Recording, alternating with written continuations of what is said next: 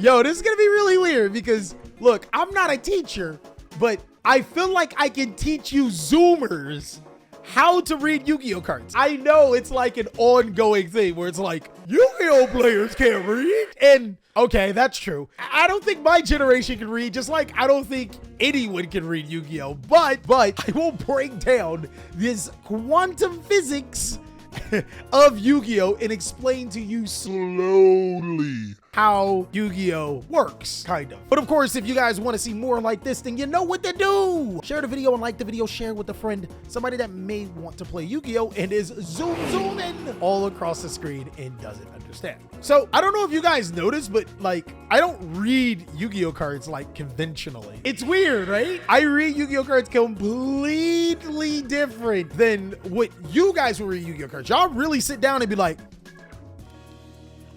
when you don't have to do that. We're letting a guy who can't pronounce cards teach us how to read. I can enunciate cards, okay? You just suck at hearing, okay? Your ears are busted. This explains the misplays on Friday duels. Look, okay, so first of all, you didn't even say duels correctly. You said fuels. And as you can see, I helped you out, all right? Slow ugly fight bricks. Yo, somebody help me. Yo, I'm being attacked. I gotta die for cover. Yo. Hey, yo, y'all keep coming after me, dog. Do y'all want to learn how to play Yu-Gi-Oh or not? This supposed to be informational, not a roasting session. Sheesh. Hey, look, if I don't teach you, who's gonna teach you? Who you gonna learn from? You think Master Duel is gonna teach you? Good luck. Bar on the floor.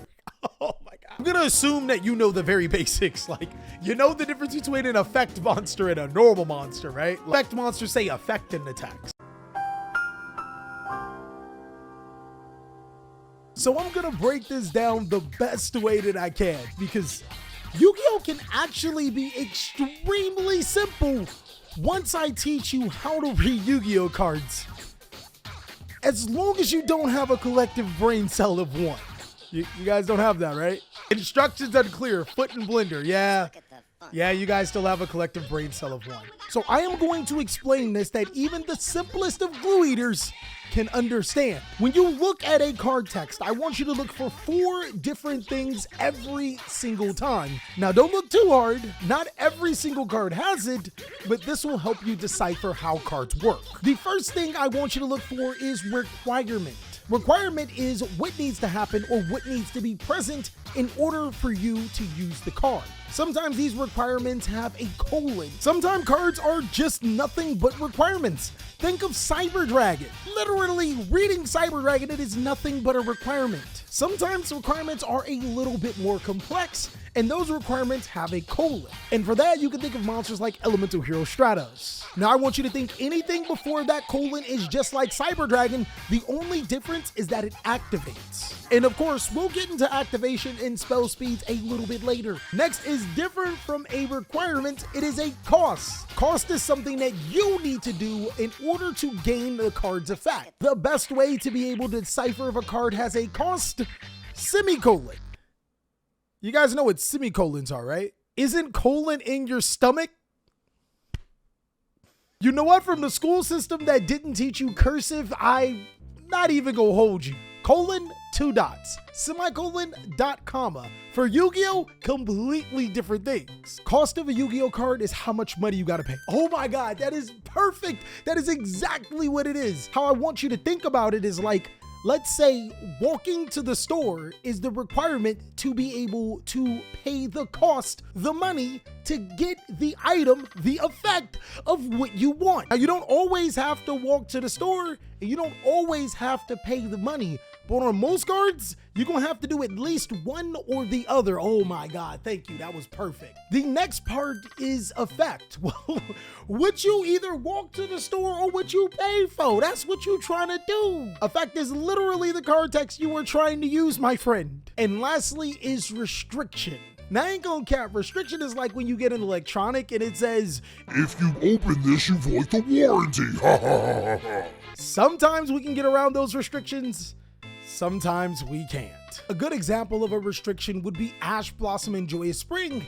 At the end of the card text, it says you can only use Ash Blossom and Joyous Spring's effect once per turn. Now, normally restrictions are at the end of the card. Normally. Can a normal monster activate its effect? Dog, Doxies. You've been playing the game for like 20 years, dog. Go home, you fucking bot. All right, so quiz time.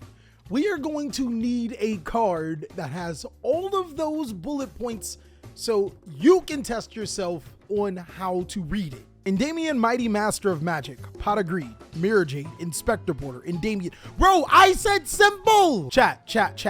Think about your brains. Simple. You know what? I got a card. When this card pops up, I want you to pause the video and I want you to identify the requirement, the cost, the effect, and also the restriction. I gotta give you a little bit of time because there's some fat ass on the couch that needs to actually like find the remote to pause it or some shit. So, Fallen Albaz is the card. Go. Well, shit, this is gonna look really ridiculous if you didn't pause it. So, let's just jump on in then. Fallen of Albaz says, if this card is normal summoned or special summoned except during the damage step requirement, you can discard one card. That is cost. Fusion summon one fusion monster from your extra deck using monsters on either field as fusion material, including this card, but you cannot use other monsters you control as fusion material.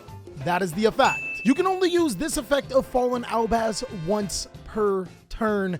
That is a restriction. Did you get it right? Please tell me you got it right. Now, I could go deeper into this card text and like make it super big brain, but we'll stick for now. What happens if Albaz is not on the field?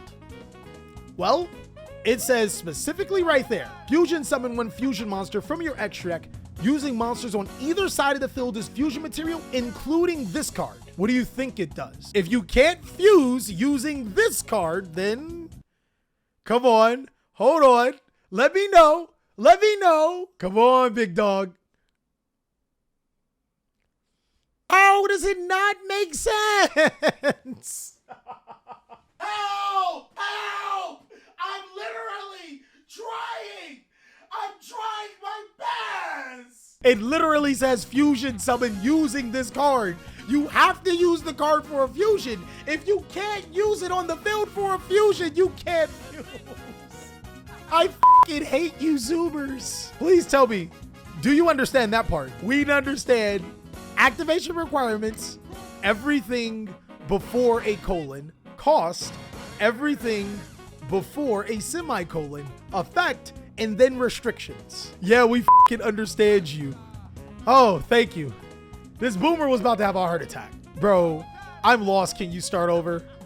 All right, cool. You fucking Zoomers. We're gonna make this work. I swear to God, no matter how much energy this takes me, we are going to make this work.